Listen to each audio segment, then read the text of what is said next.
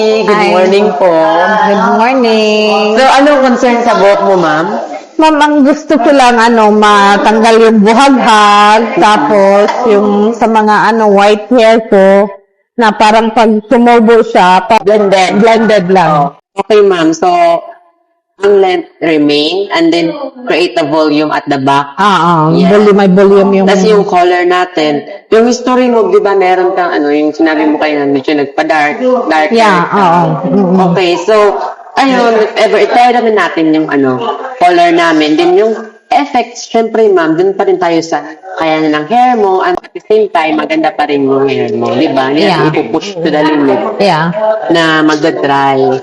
So, ayun. And then, meron din ka namang treatment. Ayun, perfect yun, ma'am. Yes. So, yung color, yung pinakita mo nun, yan. ito, Hachi. Kumusta, Ma'am Josie? Hi! All the way from Norway si Ma'am. Yes. Active na active.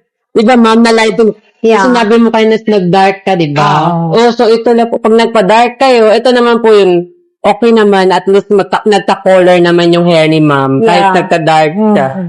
May dating na siya, Ma'am. Yes, nagustuhan ko. Yung mga pamangkin ko nasa Czech Republic, sila na naman ang pupunta dito.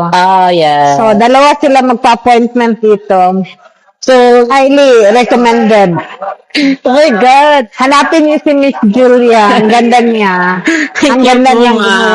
Thank you so much. So, maintain the length yun, na-maintain natin, Ma'am. Yeah. And then, lagyan natin ng volume yung back. Sige.